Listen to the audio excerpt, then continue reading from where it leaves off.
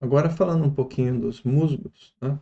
É a Bryophyta sensu stricta, né? É um grupo grande de plantas.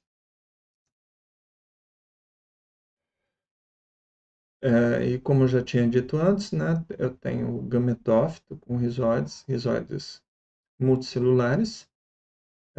E o esporófito se desenvolve na região apical do gametófito, né? E é composto por seta e cápsula. Em esfagno, essa seta é praticamente não existente. Então, já o gametófito, logo acima a gente já vê a cápsula, né? Não tem a seta não aparece. Aqui é uma dessas plantas muito desenvolvidas, é Polytrichum. Está no as Polytrichales, né? Estão entre as maiores plantas de musgos e podem chegar a mais de 20 centímetros de altura. Então são musgos relativamente grandes, muito notáveis para o tipo de estrutura que tem, né? Que são ainda simples, né? Apesar da gente ver aqui maiores. Em termos de ciclo de vida, então, para a gente ver a nomenclatura não muda muito, né? O órgão feminino que produz os gametas, né? É o arquegônio, o órgão masculino que produz os gametas masculinos é o anterídeo, né? Lá na marcante a gente viu o arquegonióforo e o anteridióforo, né? Que seriam as estruturas, os suportes que vão ter do arquegônio e do anterídeo. O arquegônio basicamente vai ter a oosfera, que depois vai ser fecundada, virar o zigoto, e daí entrar em meiose para produzir esporo. E o anterídeo, por meiose, também vai produzir os, os anterozoides. Ah, bom, ah, e aí, fora isso, é muito parecido, né? Em termos do ciclo de vida. É como a gente já viu antes, né?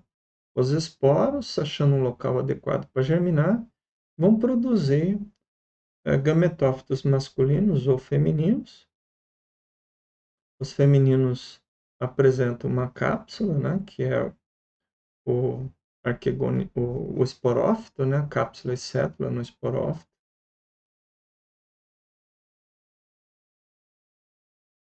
É, e o masculino permanece daquele jeito, né? Não vai desenvolver seta e cápsula. Bem, aqui, falando um pouquinho de estrutura anatômica, né, aqui também tem um, uma Polytrichalis, né? É uma planta bem grande, né? Dá para ter a noção que são plantas grandes. É interessante a gente ver na anatomia, no gametófito, na parte vegetativa, né? Lembra que é o gametófito dominante? A gente vê uma região central que é uma região de transporte de água e de transporte de nutrientes. Poucos musgos têm isso bem característico, né? É, e é interessante, né, que isso ocorre mesmo sem essa formação desses depósitos de lignina, tá? Então, é muito semelhante isso que a gente está vendo com uma planta vascularizada, né? Tem estruturas de transporte de água, tem estruturas de transporte seiva elaborada, ainda que os mecanismos de transporte sejam diferentes de uma planta superior, tá? Mas isso aqui vocês vão ver é muito parecido com o que a gente vai ver em plantas superiores. É, epiderme, a gente vê também traços foliares em alguns casos, é muito parecido. Mas aqui a gente está falando do gametófito, né? Em plantas superiores, essas estruturas aparecem no esporão. Aqui, ó, Também politricalis, né? São as maiores plantas, né? Por exemplo, a Dawsonia soberba, o Polytrichum communis, são plantas grandes.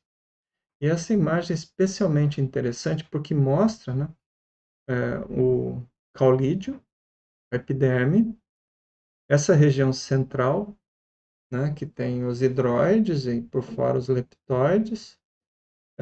Tem normalmente junto com esses hidroides e leptoides, né, como aqui não dá para perceber bem com essa coloração que está aqui, mas é muito comum a gente ver uns tipos de células de reforço, né, aqui, ó, que são chamadas de estereídeos, que são células de parede engrossada, lembrando que é tudo parede primária. Isso aqui é uma folha, então é tudo um corte transversal que eu vejo o caulídeo e as folhas, né?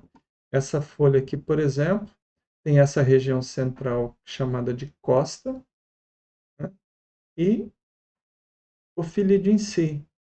Reparem que a lâmina dessa folha só tem uma camada de células. Então, nessa região central da folha tem mais de uma camada e a folha em si só tem uma camada, né? Nessa espécie, nessa posição. Então, é bem interessante também perceber nessa imagem o jeito da folha, tá? Assim, e na folha, essas células maiores aqui são de transporte de água. Então, aqui também a gente vai ver os leptoides e os hidroides, tá? Transporte de água e de seiva laborada. Aqui uma outra imagem mostrando essencialmente a mesma coisa, mas eu acho interessante é isso aqui, ó. É que vocês percebem que esse tecido condutor, né, são formados por células alongadas, né? Leptoides, hidroides, né? Toda essa região central que a gente chama de cordão vascular é formada por esse tipo de célula.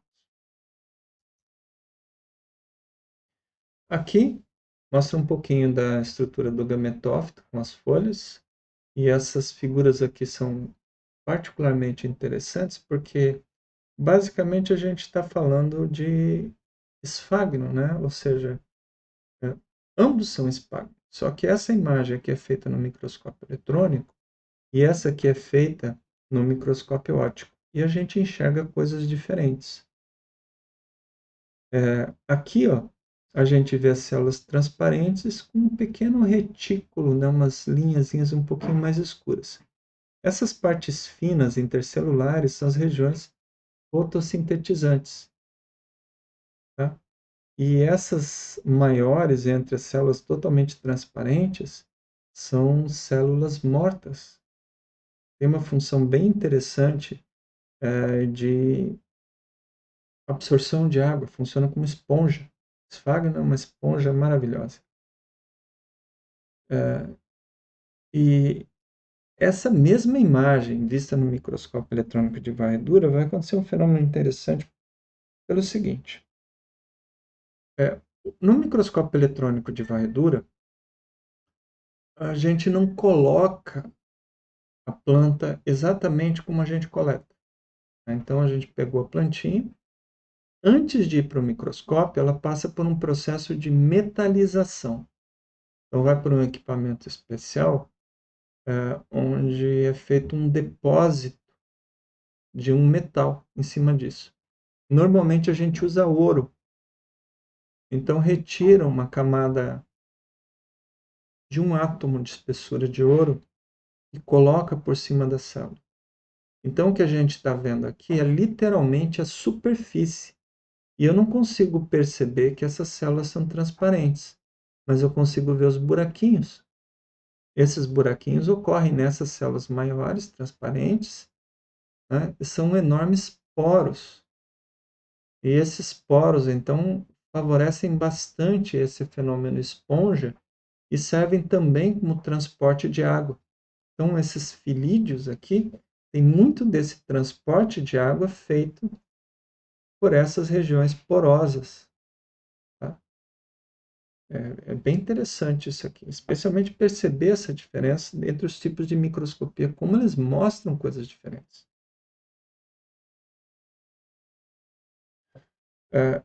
Nos musgos, né, em muitos deles, a gente vai ver uma região central, que é denominada de costa, né, eu já falei sobre ela, e em alguns casos isso é simplesmente estrutural, em outros a gente vai ver células de hidroma. Né? Então aqui tem alguns exemplos. Lembrando que o filídeo é unicelular, né? E a costa é um pouquinho mais espessa.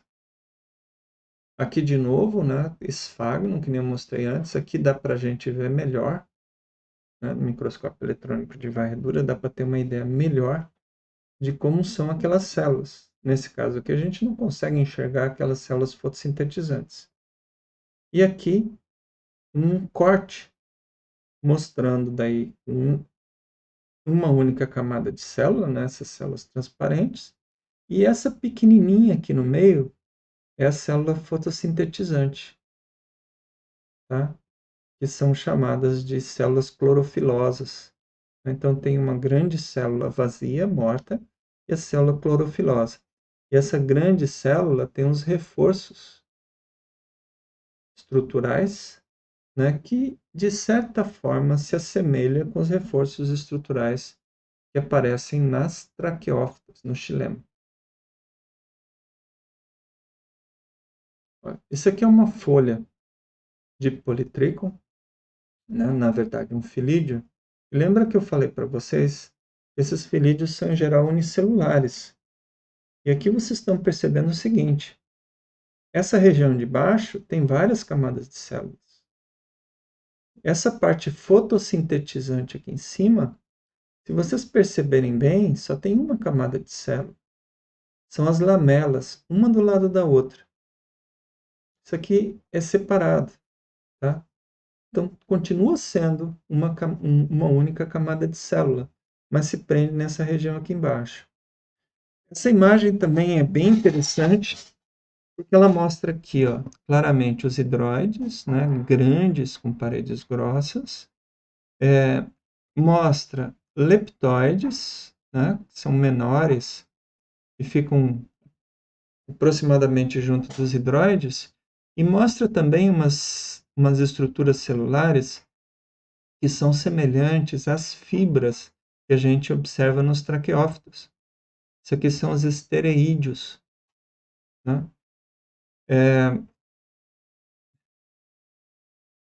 Na verdade, esses estereídeos, esses espessamentos são espessamentos de parede primária.